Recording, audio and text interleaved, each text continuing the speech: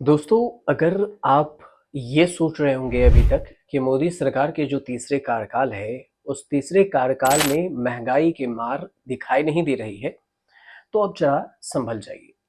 सँभलना इसलिए क्योंकि आम लोगों को जोरदार झटका सरकार की तरफ से दिया गया है और पेट्रोल, डीज़ल के एक्साइज़ ड्यूटी बढ़ाया गया है, तो वहीं गैस सिलेंडर के दामों में ज़बरदस्त बढ़ोतरी की गई है।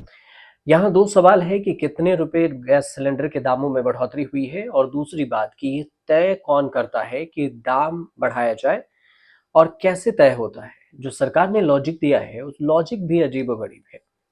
सरकार ने 14 किलोग्राम वाले जो घरेलू एलपीजी गैस सिलेंडर है, उसके दाम में 50 रुपए बढ़ोतरी कर दी। इसके बाद जो उज्ज्वला योजना के तहत मिलने वाले रसोई गैस सिलेंडर है, उसकी कीमत 503 रुपए से बढ़कर 553 रुपए हो जाएगी। और जो बिना उज्ज्वला योजना के लोग हैं, उन्हें 803 रुपए में जो पहले मिलता था, वो अब 853 रुपए में मिलेगा। पेट्रोलियम मंत्री हैं हरदीप सिंह पुरी, उनका अचानक से कहना हुआ, उन्होंने प्रेस कॉन्फ्रेंस के लिए आए और कहा कि अंतर्राष्ट्रीय कीमतें बढ़ रही है, तो हमारे यहाँ कीमतें घट क्यों रही है? और इस वजह से हमने फैसला किया कि गैस जो सिलेंडर है, उसके 50 रुपए में बढ़ोतरी किया जाए। उज्ज्वला योजना के 10 करोड़ से ज्यादा हमारे यहाँ लाभार्थी हैं। तो कई सारे लॉजिक दिया गया और उसके बाद गैस सिलेंडर के दामों में बढ़ोतरी कर दी गई। अब आपको ये भी जानकारी दे दें कि प्रधानमंत्री उज्ज्वला योजना के तहत गरीब जो महिलाएं हैं, उन्हें फ्री में एलपीजी सिलेंडर दिया जाता है ताकि उन्हें खाना बनाने में आसानी हो। अब पहले एलपीजी के दाम कहाँ और कितने बढ़े हैं, ये भी समझ लीजिए। इसके बाद आपको ये भी बताएंगे कि कैसे तय होती है एलपीजी सिलेंडर की कीमतें। अब कहाँ एलपीजी के दाम बढ़े हैं उसमें अगर देखें तो 14.2 किलोग्राम जो गैस सिलेंडर है, घरेलू गैस सिलेंडर, उसमें जो दिल्ली में 803 रुपए से बढ़कर अब 853 रुपए में मिलेगा। कोलकाता में 824 रुपए से बढ़कर 879 रुपए में मिलेगा। मुंबई में 802 रुपए 50 पैसा से बढ़कर अब 852 रुपए 50 पैसा में मिलेगा और चेन्नई में 818 रुपए 50 पैसा से बढ़कर 868 रुपए 50 पैसा में गैस सिलेंडर अब आपको मिलेगा।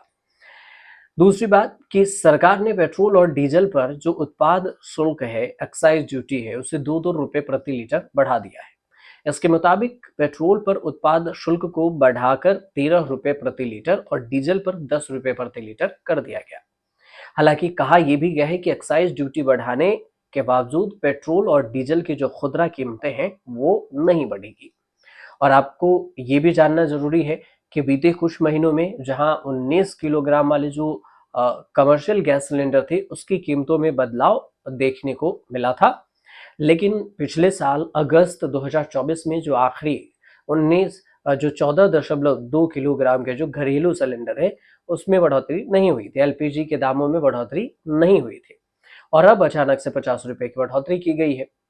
एलपीजी के दाम बढ़ने के बाद कांग्रेस ने बीजेपी के खिलाफ, जो एनडीए की सरकार है उसके खिलाफ मोर्चा भी खोल दिया। कांग्रेस के अध्यक्ष हैं मल्लिकार्जुन खड़गे, उन्होंने कहा कि वाह मोदी जी वाह, मई 2014 के मुकाबले अंतर्राष्ट्रीय कच्चे तेल की कीमत 41% में गिरावट आई है और आपकी लुटेरी सरकार ने पेट्रोल डीजल में तो बढ़ोतरी के दाम कम करने के बजाय 2-2 रुपए सेंट्रल एक्साइज ड्यूटी को बढ़ा दिया है। तो टैरिफ नीति पर भी कुंभकर्णी नींद से शेयर बाजार में जो छोटे छोटे निवेशक हैं, उन्हें भी घाटा हो रहा है और आप सो रहे हैं। इसमें से देखा जाए तो 19 लाख करोड़ रुपए स्वाहा हो गया और आपको चैन नहीं मिला होगा और इसलिए आपकी सरकार जले पर नमक छिड़कने के लिए अब एलपीजी गैस के भी दाम बढ़ा दिए। मल्लिकार्जुन खड़गे ने एक और पोस्ट किया और इस पोस्ट में उन्होंने एलपीजी गैस सिलेंडर की जो कमी रह गई थी, उन्होंने कहा कि कमी रह गई थी मोदी जी, इस बार तो आपने महंगाई का चाबुक उज्ज्वला की गरीब महिलाओं की बचत पर भी चला दिया। लूट वसूली, हेराफेरी और सब मोदी सरकार के पर्याय अब बन चुके हैं। कांग्रेस ने अलग से सोशल मीडिया पर पोस्ट किया और लिखा कि आज कच्चा तेल 4 साल के सबसे निचले स्तर पर पहुंच गया और कहा मोदी सरकार को पेट्रोल डीजल के दाम कम करने चाहिए थे, इसका फायदा आपको देना चाहिए था, पर बजाय ऐसा करने के मोदी सरकार तो खुद ही वसूले में लग गई और पेट्रोल डीजल पर एक्साइज ड्यूटी 2 रुपए बढ़ा दिया गया और ढोल पीटा जा रहा है कि इसका असर जनता पर नहीं पड़ेगा। असर तो जनता पर पड़ना ही है, ताकि दाम सस्ते हों। और इसमें देखा जाए तो तेल के दाम सस्ते होकर, लेकिन सरकारी मुनाफेखोरी की वजह से वो नहीं हो पा रहा है, तेल के दाम महंगे कर दी गई। अब सवाल ये कि कैसे तय होती है एलपीजी सिलेंडर की कीमतें, जो दिनों दिन महंगाई बढ़ती जा रही है। भारत में एलपीजी सिलेंडर के जो दाम हैं वो तय करने के पीछे मुख्य दो फैक्टर मानी जाती है। सबसे पहला, डॉलर के मुकाबले रुपए का एक्सचेंज एक्सचेंज रेट जो है वो पहला, और दूसरा अंतर्राष्ट्रीय बेंचमार्क रेट है। अंतर्राष्ट्रीय बाजार में एलपीजी के दाम बढ़ने और रुपए के कमजोर होने पर घरेलू बाजार में एलपीजी के दाम बढ़ जाते हैं। सिलेंडर के दाम बढ़ने में अभी दोनों फैक्टर एक साथ जिम्मेदार माने जाते हैं, और डॉलर के मुकाबले रुपये की लगातार गिरावट हो रही है। बेंचमार्क रेट भी खस्ता हालात में है।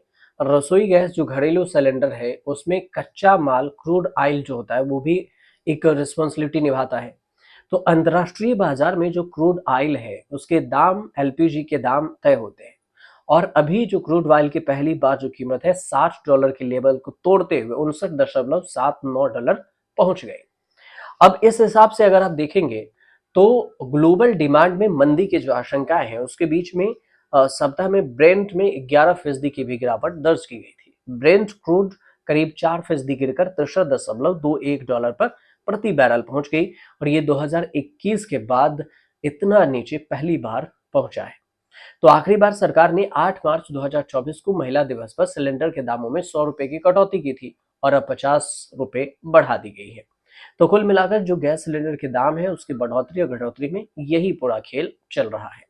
आपको जानकारी अगर सही लगे तो हमारे चैनल से जुड़िए, सब्सक्राइब कीजिए, शेयर कीजिए और कमेंट जरूर कीजिएगा।